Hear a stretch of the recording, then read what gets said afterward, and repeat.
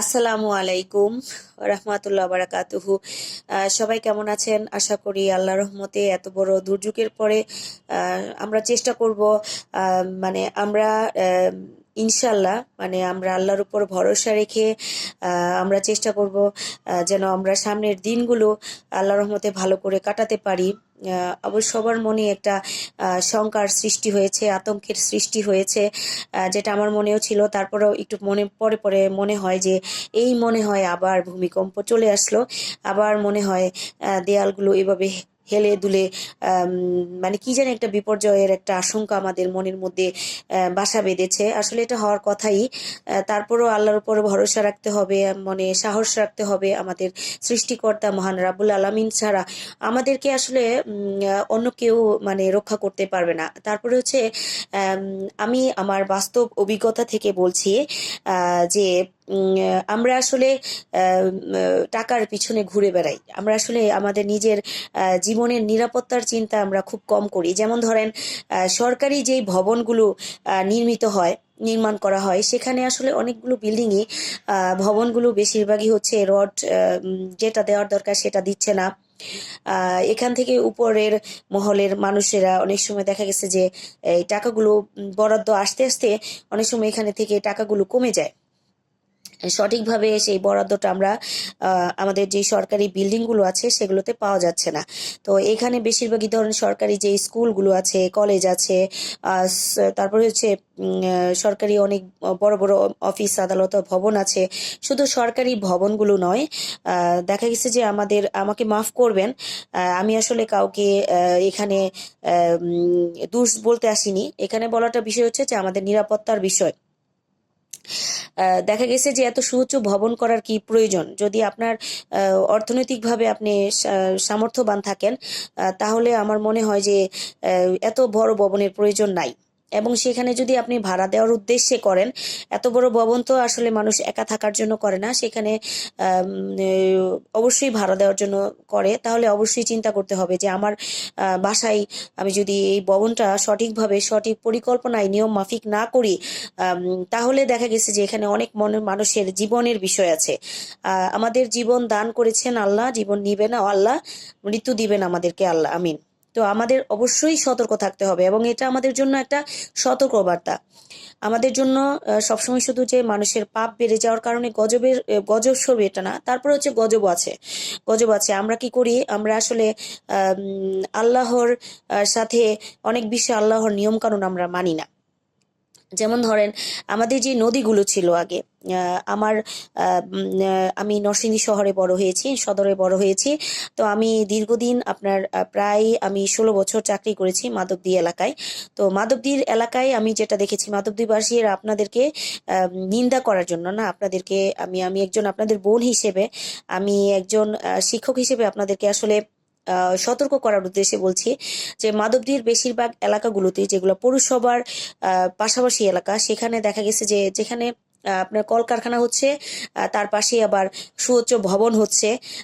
আবার সেই কলকারখানার সাথেই উপরেই আপনার দেখা গেছে যে অনেক জায়গায় সুউচ্চ ভবন করা হচ্ছে।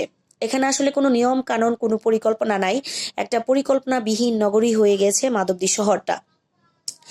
তো এখানে আপনার দেখা গেছে যে যেখানে বিদ্যালয়, সেখানে অনেক বেশি শব্দ দূষণ হচ্ছে। সেখানে আপনার কলকারখানার শব্দের জন্য বাচ্চাদেরকে ঠিকমতো পাঠদান করানো যাচ্ছে না, পাশে আশেপাশের মানুষজন বসবাস করতে কষ্ট হচ্ছে। দেখা গেছে বিদ্যুতের ঘাটতি, গাছপালা কেটে ফেলা হচ্ছে, নদী সংকুচিত হয়ে গিয়েছে, যেটাকে নদী মনে হয় না, সেটাকে খালও মনে হয় না। এমন একটা পরিস্থিতি মাধবদী শহরে সৃষ্টি হয়েছে। এবং সেখানে আপনার দেখা যাচ্ছে মাধবদী নরসিংদীতে অনেক খাল, যেগুলো অনেক খাল ছিল। আমাদের নরসিংদী যেটা বালুর মাঠ, পশ্চিম রামন্দি, যেটা একদমই খাল ছিল, এটাতে আসলে আমরা ছোটবেলায়, যেটা আমরা স্কুলে যেতাম, ছোটবেলায় দেখতাম যে এখানে আসলে মানুষজন যেত না।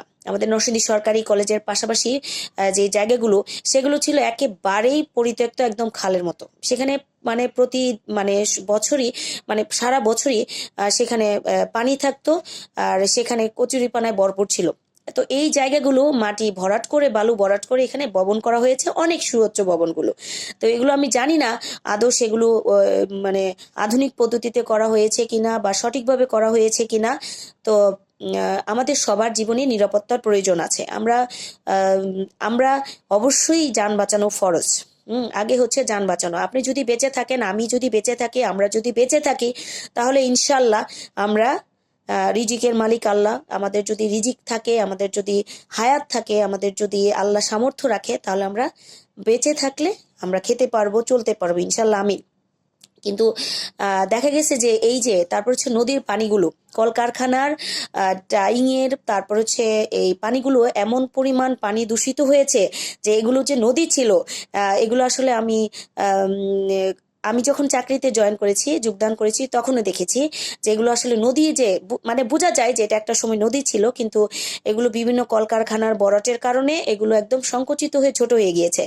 তো আমরা নিজেরাই আমাদের প্রকৃতিকে দূষণ করছি, আমরা নিজেরাই দায়ী। আগে হচ্ছে আমাদেরকে সচেতন হতে হবে। আমাদেরকে সচেতন হলে আমরা যদি পরিবেশ দূষণকে রক্ষা করতে পারি, আমরা যদি বায়ু দূষণকে রক্ষা করতে পারি, আমরা যদি আমাদের মাটিকে দূষণ থেকে রক্ষা করতে পারি, আমরা যদি প্রচুর পরিমাণে গাছ লাগাতে পারি, গাছ প্রতি বছর আমাদের যে পরিমাণ তাপমাত্রা বৃদ্ধি পায় গরমে, আমরা মানে গরমের সময় দেখবেন যে এত পরিমাণ গরম বেড়ে যায় যে একদম মাটির একদম মনে হচ্ছে যে এই যে পিচ ডালা, গত বছর যেটা দেখেছি আপনার পিচগুলো গলে গিয়েছে গরমে। তো আসলে এত পরিমাণ আমাদের পরিবেশ দূষিত হচ্ছে, যেটার জন্য আসলে আমরাই দায়ী। সেজন্য আসলে এত ঘন ঘন ভূকম্পন হচ্ছে। আমরা আসলে নিয়মগুলো মানছি না। যেখানে দেখা গেছে যে 5তলা ভবন হওয়ার কথা, সেখানে কি করছে, অনেকে 7তলা 8তলা ভবনও বানিয়ে ফেলছে। হ্যাঁ, তো তারপরে সে সঠিকভাবে ইট সিমেন্ট কোনো কিছুই দিচ্ছে না। মানুষের জীবনের নিরাপত্তার থেকে চিন্তা করছে যে কিভাবে এখান থেকে টাকা আয় করা যায়। কিন্তু আপনি যদি বেঁচেই না থাকেন, তাহলে আপনার টাকা আসবে কোথেকে? আর এই টাকাগুলো আপনার জীবনে কি কাজে আসবে? যখন আমাদের ভূমিকম্প হলো, আমরা কিন্তু কেউই প্রস্তুত ছিলাম না যে আমাদের ভূমিকম্প হবে এবং এমন ভাবে ভূমিকম্প হবে। সেটা আসলে আল্লাহর রহমত ছিল আমাদের উপরে। আমাদেরকে আল্লাহর কাছে বেশি বেশি শুকরিয়া আদায় করতে হবে যে আমরা এত বড় দুর্যোগের হাত থেকে আল্লাহ আমাদের সবাইকে হেফাজত করেছেন, আমাদের বাংলাদেশকে হেফাজত করেছেন। আমাদের সমগ্র বাংলাদেশে যেখানেই এরকম অপরিকল্পিত নিয়ম ছাড়া কলকারখানাগুলো আছে, আমার মনে হয় অনুমোদনহীন, হ্যাঁ, এগুলোকে আসলে এগুলো বিষয়ে একটা ব্যবস্থা নেওয়া উচিত। দেখা গেছে যে না হলে পরবর্তী প্রজন্ম বা আগামী প্রজন্ম কিংবা আমরা নিরাপদ না।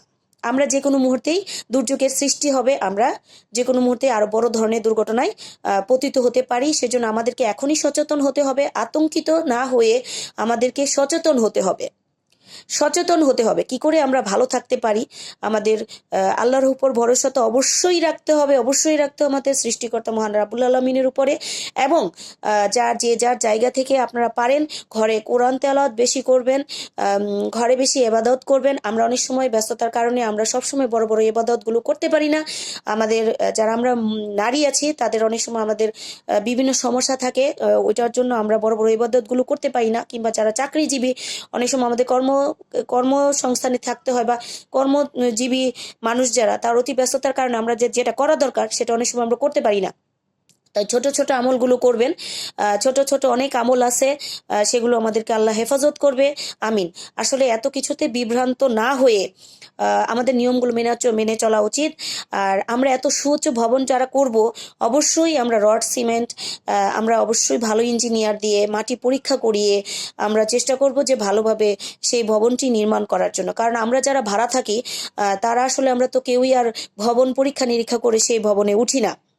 ঠিক আছে, আমরা যারা ভাড়া থাকি, আসলে আমাদের জীবনটা আল্লাহর হাতে, প্রত্যেকটা মানুষের জীবনটা আল্লাহর হাতে। হ্যাঁ, আমিন। আমাদের আল্লাহ যদি আমাদেরকে রক্ষা না করে, আমরা কখনোই কোনোভাবে বাঁচতে পারবো না। তবে আমাদের এই পরিবেশ দূষণ থেকে, আমাদের এই বায়ু দূষণ থেকে, আমাদের এই শব্দ দূষণ থেকে বাঁচতে হলে আমাদের পরিকল্পিত একটা নগরী তৈরি করতে হবে।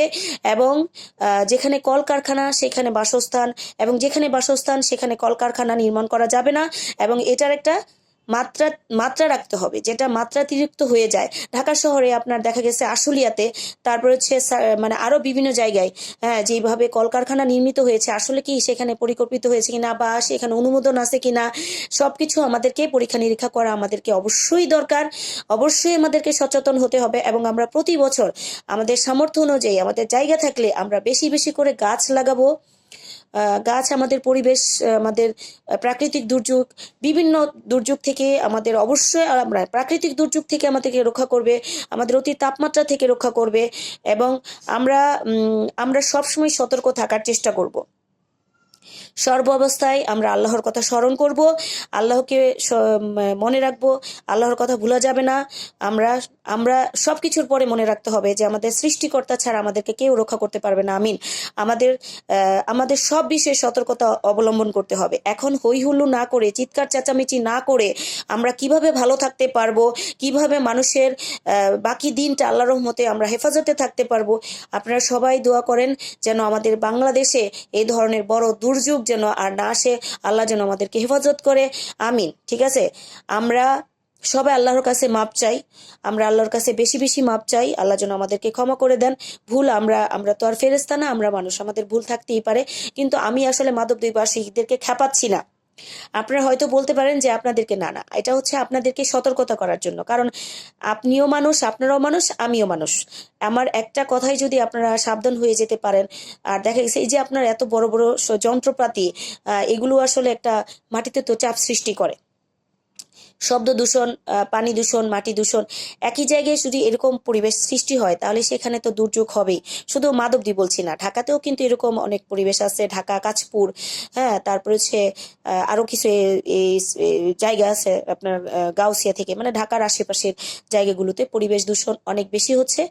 সেজন্য আমরা যেন সতর্ক হই, সাবধান হই। আমরা আল্লাহর কাছে বেশি বেশি আমরা আল্লাহর কাছে বেশি বেশি ক্ষমা চাই, আমরা আল্লাহর কাছে বেশি বেশি সাহায্য চাই। আমাদেরকে যিনি রক্ষা করবেন, যেই সৃষ্টিকর্তা, আমরা তাকে ভয় পাই। আমরা সবাই যেন আল্লাহর পথে ফিরে যাই।